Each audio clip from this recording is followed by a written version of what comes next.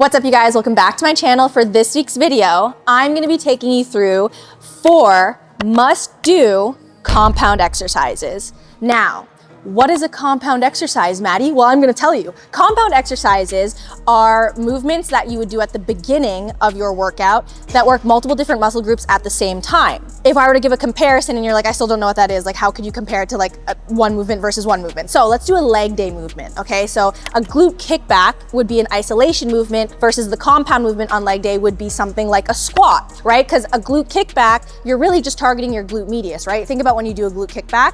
It's an isolation movement for a reason, because you're not really engaging any of your hamstrings, your quads, your calves, your inner thighs, nothing. Nothing else in your lower body is being engaged there except your glute, and more specifically, your glute medius, right? So therefore, it's an isolation movement. Now, if we compare that to a squat, when you go into a squat, right?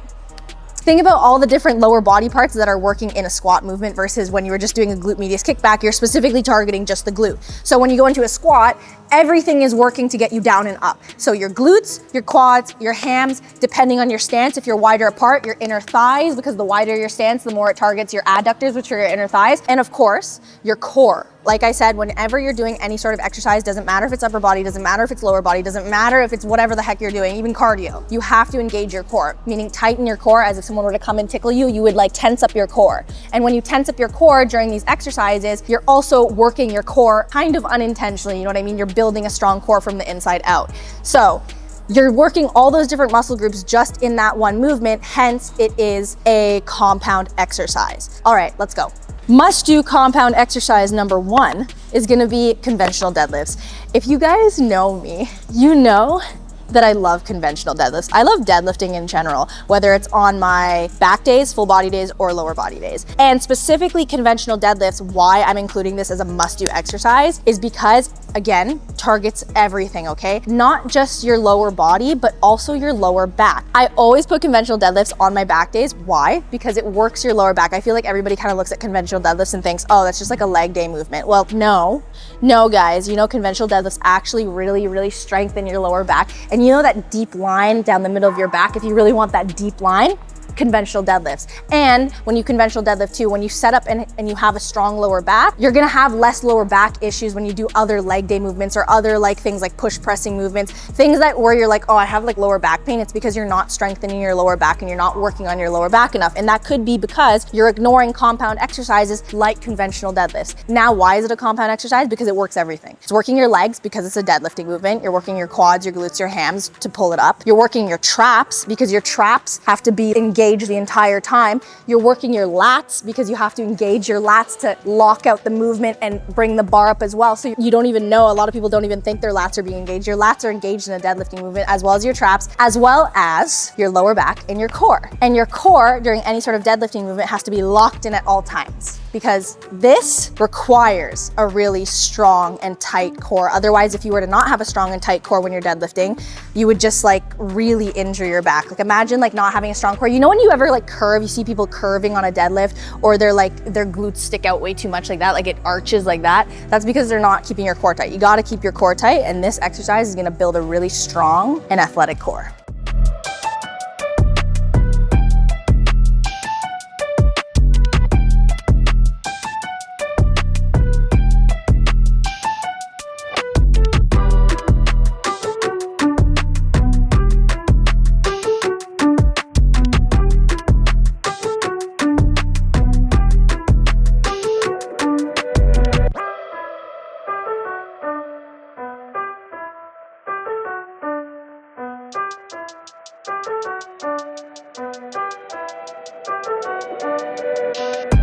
All right guys, form tip for conventional deadlift. So it is like a hinge squat motion. If I were to literally just like quickly explain it and just be like, how would you describe a conventional deadlift? Hinge squat, RDL into squat almost. You're kind of like half RDLing. Okay, so once you get maybe just above your knees, you're gonna dip. So the bar is gonna come down, almost like an RDL. You're almost gonna be doing an RDL. It's like a minor hinge. And then you're gonna dip down into a squat. And that's what makes up a conventional deadlift. It's like a combination between a hinge and a squat. So an RDL squat. Because in RDL, you would just be going like this, right? That's an RDL. You're really just working your hamstrings in an RDL, right? You're targeting specifically your hamstrings and then you're coming up, okay? A squat, you're just like fully squatting down. There's no hinging to a squat. You're just squatting down. Hence why it's more of a glute quad exercise, because you're literally just squatting down, okay? There's no hinge motion to it. Now, conventional deadlift, you're getting the best of both worlds. You're getting a minor hinge and then you're getting a squat. And then again, like I said, it engages everything else in there. Your traps, it engages your lats, it engages your core, engages your lower back. So all this, hinge down and squat down and then lock out, that is a conventional deadlift. So keeping your core tight, looking about 45 degrees, find a spot on the floor about 45 degrees in front of you and lock in on that spot. Like even if it's a speckle, like a minor speckle on the floor, that's gonna keep your neck and your whole spine neutral throughout the entire movement. As gorgeous as we look and we wanna look at ourselves in the mirror, guys, do not be deadlifting or working out like this. No, that's wrong. Don't look at yourself in the mirror. Find something 45 degrees in front of you and look at how neutral my neck stays when I like find something right there and keep my eye on it. See? My whole neck and my spine was neutral throughout that entire movement. Hinge, squat, and then lock out. When I say lock out, you lock out all your muscles. Remember, when I say lock out, it means lock out your muscles, not lock out your joints. Don't lock out your knees. You're gonna lose all the tension in the muscle groups you're trying to work, and you're gonna injure your knees. You're gonna injure your joints when you lock out your joints. So lock out your muscles, okay? And that's why your traps and your lats, they really work in this compound exercise as well, and you're getting the benefit of working your upper body as well as your lower body with a conventional deadlift, because to lock out, your upper body has to roll back like this, right? Think about how your upper body like brings that up at the very end of the motion. Or even when you're coming here, the way my lats engage and I pull back like this, my lats are fully engaged there. When you're about to deadlift up like that, even if you just practice doing that with the bar, that part, tell me you don't feel that in your lats and your traps. So don't skip your conventional deadlifts. This is a must-do compound exercise. Let's go to number 2. Okay guys, exercise number 2 for must-do compound exercise, it's going to be incline dumbbell bench press. Why is this a must-do compound exercise and why did it make it in my top 4 list today? Well, guys, think about this. In incline dumbbell bench press, you're not just, you would just think, okay, like it's a bench press, like it's just gonna work your chest, Maddie. Well, no, everything's engaged here, not just your chest. Now, we're working multiple different muscle groups in a compound exercise. What is the next muscle group we're working here? We're working our front delts, our anterior delts right here, which is like why I love this so much better than a regular flat bench press. And not to say that I don't do flat bench press. You guys have seen me hit the 45s. You guys have seen me do my bench press. I do love my bench press, but I like this way better. You know why? Because you're not only targeting your chest, you're targeting your anterior delts. And you guys know there's nothing I love more than a juicy set of shoulders. I say this in like all my videos. So anytime I'm doing a push day, you best believe incline dumbbell bench press is gonna be in my push days. Why? Because it's not just targeting my chest, it's also targeting my delts, and I love targeting my delts. Anything where I can sneak in some delts in there, I'm gonna do it. And that's why I love incline dumbbell bench. Now, why else is it a compound movement? Because when you're dumbbell bench pressing, unless you literally have your legs out like this and they're just hanging freely, or you're just like, you know, la-di-da, like tapping your feet on the ground and whatever, you're actually, if you were benching properly, the proper form for a bench is you to like plant your feet on the ground like this. You plant it down, because when you plant your feet onto the ground, say when the weight gets really heavy or you're on those last few reps and you're struggling, when you plant your heels into the ground, you kind of use that like drive through the back of your heel up to your glutes and through your glutes. It's this weird thing, but like through your glutes, you kind of like helps you get that drive up, especially on those last few reps or on really, really heavy weight, or if you're trying to hit a PR.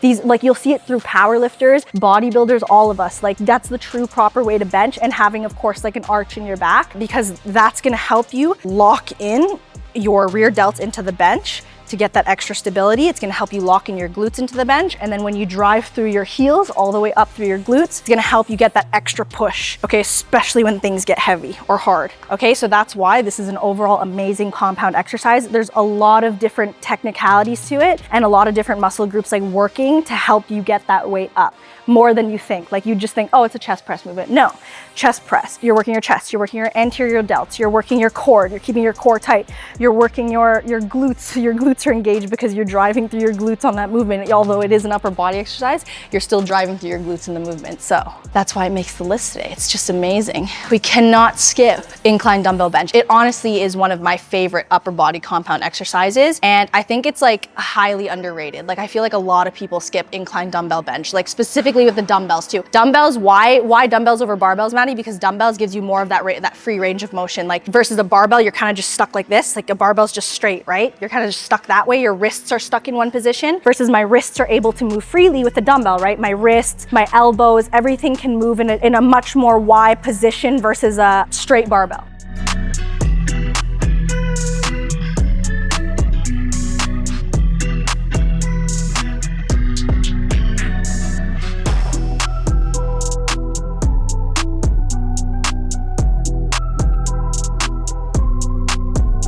Guys, I actually forgot to give one of the other muscle groups that are engaged during bench press or any sort of bench press or incline bench press motion, and that's your lats. Your lats, you see, lats are always involved. Look, on conventional deadlifts and now on incline bench press. Look at that, our lats love to be like, stick their nose in everything. Okay, so why are our lats engaged? Because when you push up, your lats actually help you drive up as well. So you know how I was saying, like when you have your feet planted on the ground and you drive through your heels when the weight gets heavy, not only are your glutes helping you, but your lats are also helping you too. And if you notice, you'll see a lot of power lifters at meets or even just like people that just like to lift heavy in general, especially on bench press, you'll see them a lot of the time doing band work.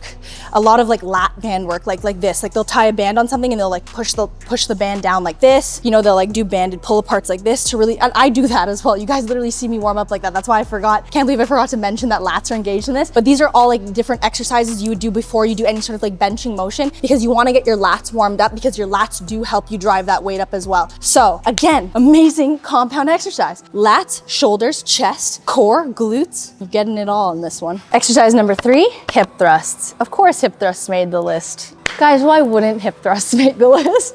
I love building a dump truck. Now, I feel like hip thrusts are, especially as beginners, we look at hip thrusts as just solely a glute movement. And yes, as much as it is like a heavy focused like glute building exercise, and why it's like the top tier glute building exercise, it is a compound exercise still. It's not an isolation movement unless you're doing something like a glute bridge, because a glute bridge is more of an isolation movement because it's a half range of motion. A hip thrust is a full range of motion compound exercise. So when it's a full range of motion, when you come all the way down in a hip thrust, right? So when you're in that tabletop position at the top of your hip thrust, right guys? When you come all the way down, that full ROM right there where your glutes are almost, or the plates are almost touching the floor, all that drive to get it back up to your 90-degree tabletop position from that range of motion is working your entire lower body. Like you don't even realize your whole lower body is working in that movement. Yes, is the main focus and the main muscle group that's being worked your glutes, the main target? Absolutely. But are other things in your legs, like other muscle groups in your legs, being worked as well? Absolutely. So your hamstrings are working, and as well as your quads a little bit, not as much. Your quads aren't like a heavy focus in a hip thrust, hence why like all us quad dominant girlies like myself, hip thrusts are our goated exercise because your quads take minimal impact from it, but it's still working in this movement because it's a full like power, hypertrophy, and strength movement. So hypertrophy meaning growth in your glutes, but as well as like power and strength. So like that power, that drive up from that full range of motion when you're like at that dip in the hip thrust, you're using all your leg power to drive that weight up. Especially when you drive through your heels, guys. Why do I always say drive through your heels? When you drive through your heels, the drive through your heel goes up the back of your calf, up your hamstring. So there's heavy hamstrings being worked here in a hip thrust,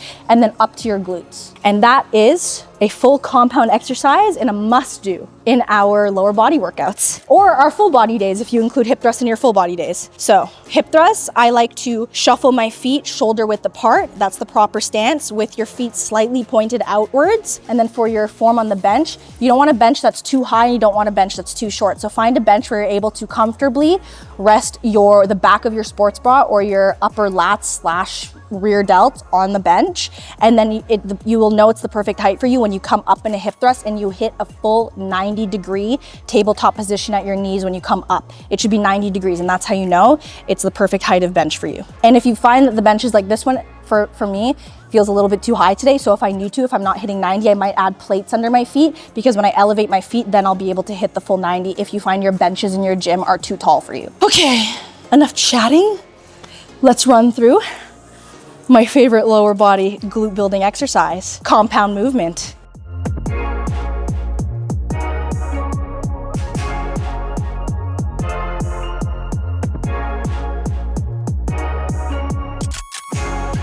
All right, mini form tip, guys, for hip thrusts. You're also engaging your core in this movement. Oh, surprise, surprise. Of course, we're engaging our core in the movement, but to help with a proper hip thrust, if you find that you're getting lower back pain, it's because you're not engaging your core properly as well. You're probably arching on the way down. Like when you come down, you feel there's probably this arch in your back like this when you're coming down, when it should be tucked. Your hips should be tucked. And what's gonna help you tuck your hips like this to keep a neutral spine is keeping a strong and tight core. Hence why this is a really great core building exercise as well.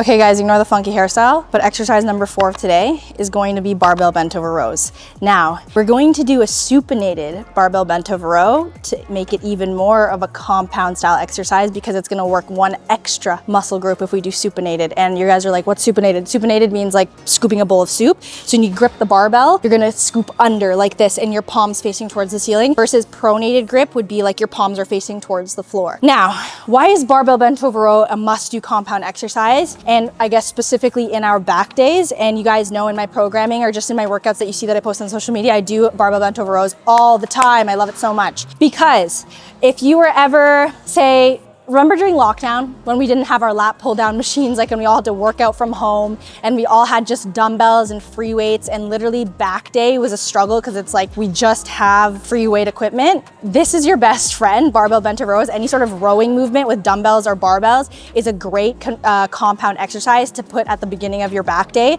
to really help strengthen your mid and upper back. Because when you go into a barbell bent over row position like this, your lats are engaged as well as your mid and upper back. So everything's kind of being engaged here. Like it's a really good overall like back strengthening and hypertrophy movement for growing a nice aesthetic back, as well as helping you strengthen and get better at your pull-ups. So if you're ever like struggling with your pull-ups, or you just like overall like you're kind of like lat pull down style movements, you're like, oh, I can't go up in weight, like you feel like you're plateauing, or you feel like you're like, you know, you can't get your 1 pull-up, or you're trying to hit your 5th pull-up and you can't do it. These are the types of like rowing movements that you guys need to be implementing in your back days to really help strengthen your lats, upper back, and mid back, because all this is engaged when you do a pull-up. Maybe hint, maybe pull-ups will be, because you guys know I love pull-ups, I think that will be included in part 2 of this video.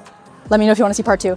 So with a supinated, why we're doing supinated and why I said it's going to include one extra muscle group to make it even more of a compound exercise is because when you do a supinated row, you're targeting a little bit more of your biceps. Your biceps start to get engaged. So before it was just our mid, upper back, and a little bit of our lats. Now, when we do the supinated row, it's going to target more of our biceps. So it's like a chin up. Like, you know, when you do your chin ups like in this position where your palms are facing towards you, you feel a lot of it in your biceps as well as your back. Same with any sort of like barbell row bent over movement. When you do the supinated grip, your biceps get more engagement in this movement. So you're kind of getting the best of both worlds. You're working your biceps as well as your back, and you're strengthening yourself and getting you well prepped and better prepared for things like pull-ups or lat pull downs. You're overall just strengthening and building a really strong aesthetic back. Let's do barbell bent over rows. And of course, other things being engaged here, your core, duh, your core. So keep your core really tight to prevent any lower back pain when you're in that bent over position, to prevent curving like this, no arching, and to prevent curving like this.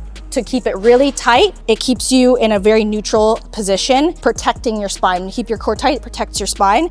And then of course, when you're in that kind of like RDL position while you're rowing, your hamstrings are being engaged as well, because it's in a constant state of like RDL position throughout that entire row movement. So overall, amazing compound exercise, and that's why it's in the top 4 today. Okay, let's go. Let's scoop underneath here. Grab the bar. We're gonna do it without weights on the side for now so you guys can see it properly. And then you're gonna drive your elbows all the way back, bringing the barbell to your belly button. That's the cue, bring it to your belly button. So with a barbell row, I forgot to mention that too, let me show you. I don't want you guys up rowing like this. Like, no, we're not bringing the elbows up towards the ceiling. Bring the elbows diagonally towards the back of the wall. Like kind of towards the ceiling, but kind of towards the back of the wall. So diagonally, like an escalator, not an elevator. Don't drive your elbows up like this. Drive it diagonally like you're going up and down an escalator. That's the proper movement for a barbell bent over row. And bring that towards your belly button.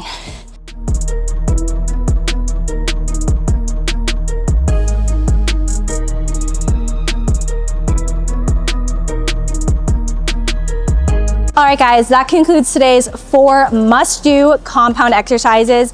Let me know if you guys enjoyed the video, and if you want to see part 2 to this video, let me know in the comments, and I'll see you guys in the next one.